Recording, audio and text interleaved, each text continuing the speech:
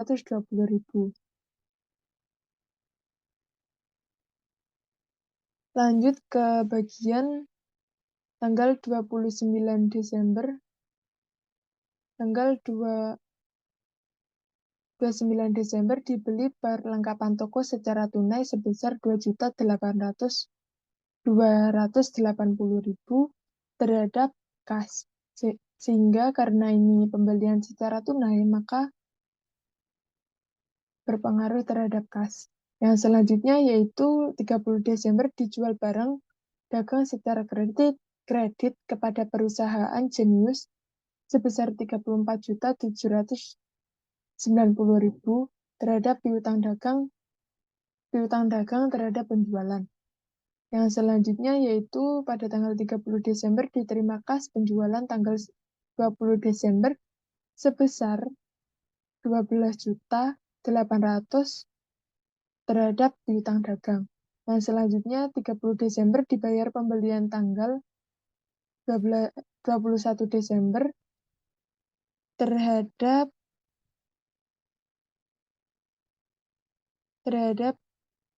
hutang usaha sebesar 10 juta.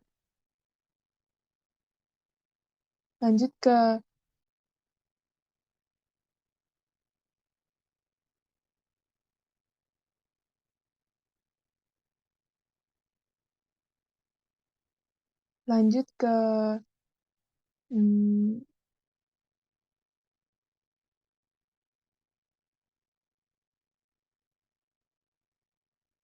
pada bagian bawah dari transaksi harian, terdapat data penyesuaian pada tanggal 31 Desember yaitu sebagai berikut.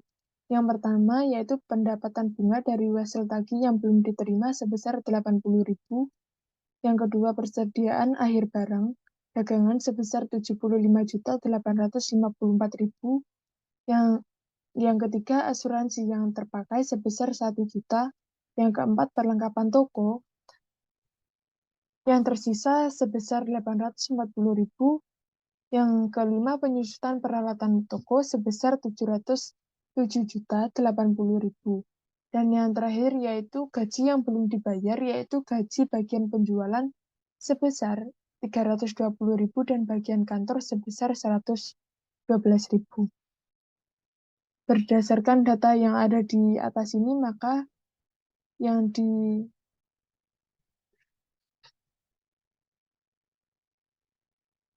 dianjurkan untuk pembuatan laporan keuangan yaitu yang pertama jurnal umum, jurnal penyesuaian, neraca lajur, laporan laba rugi, dan neraca saldo.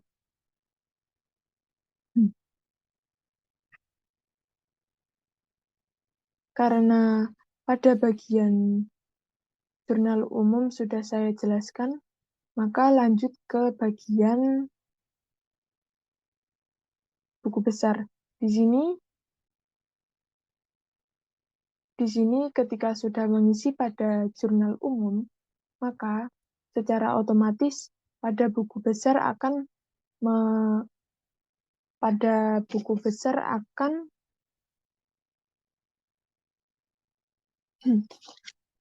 otomatis masuk ke buku besar, akan tetapi sudah dapat dikelompokkan sesuai dengan nomor akunnya. Seperti contoh di bawah ini. Di sini pilih akun, yaitu akun 1, yaitu di sini akun 1 adalah akun kas. Yang selanjutnya contoh ya. Ini 130. Sebentar tadi belum saya jelaskan pada bagian jurnal penyesuaian yang belum dicantumkan pada tanggal 31 Desember. Di sini yang pertama yaitu pendapatan bunga tadi sebesar 80.000. Yang kedua yaitu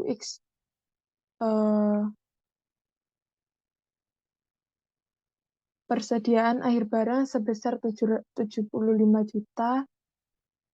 75 juta.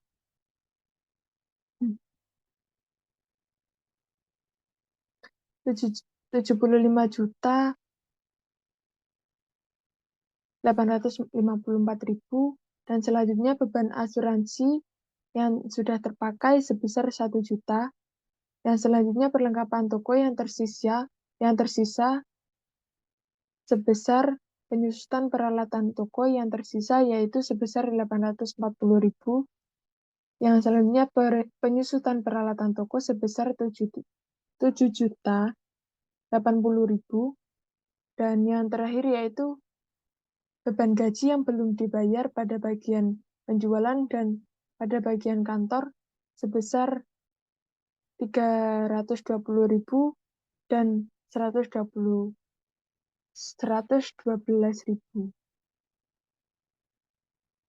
Maka di sini akan otomatis masuk kepada buku besar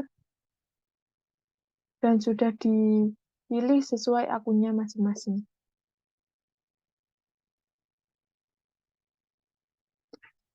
Yang selanjutnya masuk ke neraca lajur.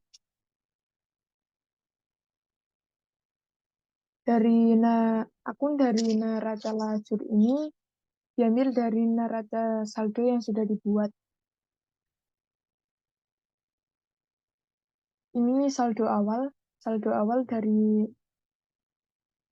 laporan penyesuaiannya, laporan keuangannya. Lanjut, ini adalah jurnal penyesuaian, jurnalnya sesuai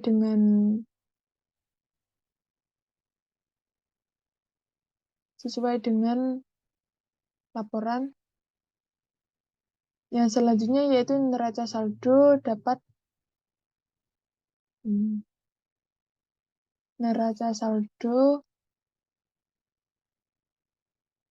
disesuaikan dan di sini ada jurnal penyesuaian yaitu saldo disesuaikan dijumlahkan oleh neraca saldo.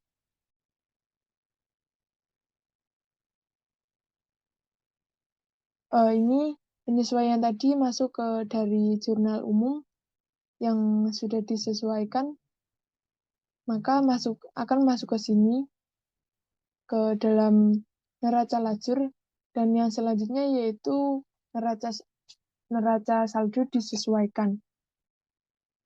Di sini neraca saldo disesuaikan yaitu ditambah dari neraca saldo dan penyesuaian sehingga akan mendapatkan ditambah lalu dikurangi dari jurnal penyesuaian. Maka akan menjadi seperti ini saldonya kalau ditarik sampai ke bawah. Lanjut kepada laba rugi. Ini jika dijumlahkan semuanya akan menjadi sama, kan tetapi di sini jumlahnya berbeda-beda ya. Lanjut ke laba rugi. Laba rugi, data yang dipindahkan ke dalam kolom neraca yang nomor akunnya 123 atau akun real akan masuk kepada bagian neraca sini. Lalu selain itu ketika yang masuk ke dalam akun ini adalah akun real. Contoh harta, utang, dan modal yang masuk ke dalam neraca. Lalu pada akun 456 adalah akun nominal. Jadi seperti beban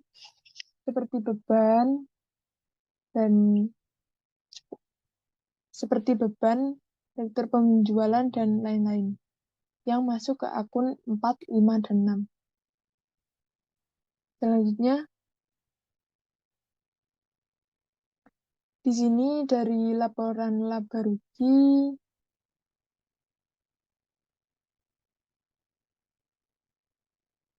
kita tarik dari atas sini lalu ke bawah akan muncul di sini dari akun 456 dari laporan laba rugi nanti akan masuk ke sini, nanti akan dijumlahkan seperti ini ya, dijumlahkan semuanya. Lalu kemudian dari neraca saldo, yang termasuk dari neraca saldo ini adalah dari akun 1, 2, 3 saja. Dari sisa ke bawah sini tidak akan ada yang masuk, karena ini masuk ke akun 4, 5, 6. Lalu dijumlahkan semuanya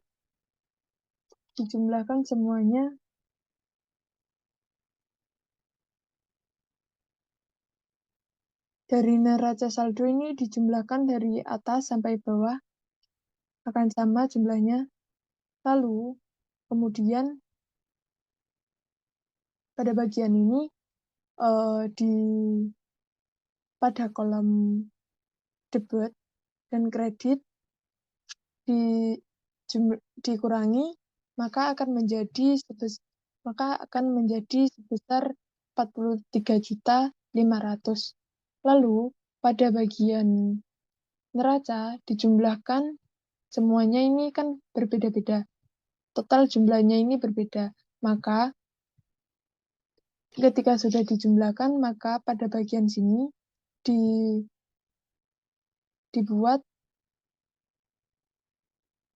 dijumlahkan dari sini 192 dikurangi 149 juta,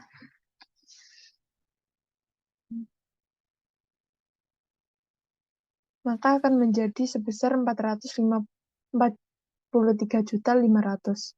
Sehingga pada bagian sini ditambah dari total semuanya, lalu ditambah, maka akan menjadi seperti 192.548.000. Di sini juga ditambahkan dari jumlah total semuanya, lalu ditambah dengan laba. Jadi totalnya sama dari 190.548.000. Lanjut kepada laba rugi. Di sini pada laba rugi yang masuk ke dalam laporan laba rugi yaitu pendapatan, beban, lalu dijumlahkan pendapatan dan beban.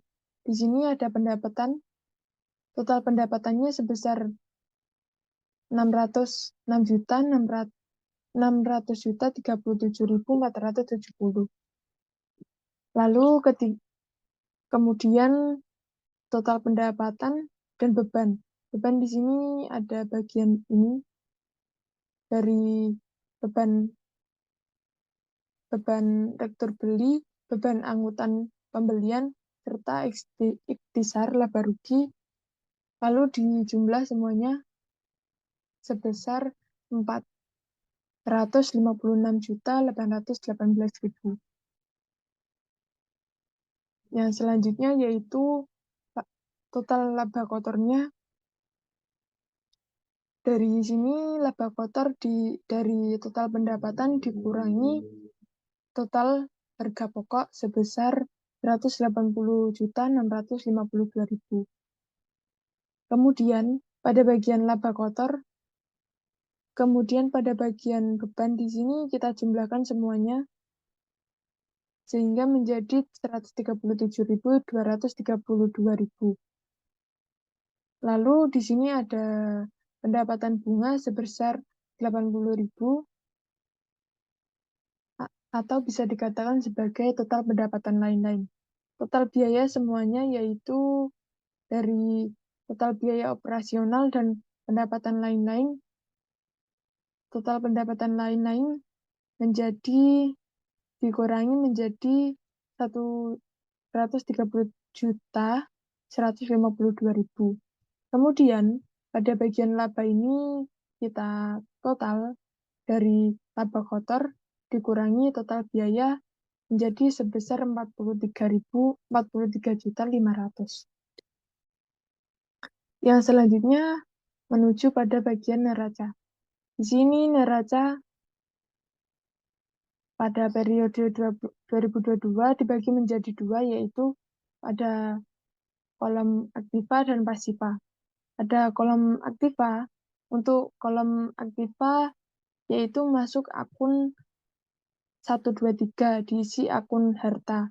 Mulai dari kas, piutang dagang, piutang bunga, persediaan barang, asuransi dibayar di muka, perlengkapan toko, sewa dibayar di muka, aktiva tetap, peralatan toko, dan akumulasi penyusutan peralatan toko. Di sini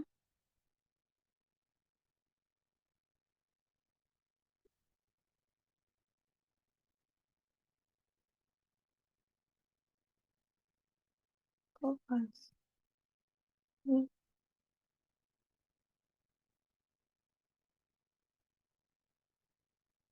mm-mm. Di sini di total dari ak- aktiva sebesar 192.548.000. Lanjut kepada kolom aktiva. Untuk kolom pasiva, lanjut ke kolom pasiva yaitu yang nama akunnya 2 dan 3 terdiri dari hutang dan modal. Di sini hutang dan modal dijumlahkan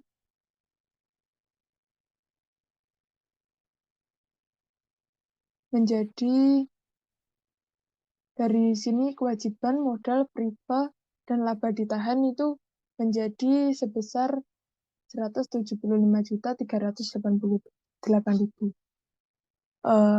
Ini hasil dari laporan keuangan yang saya kerjakan.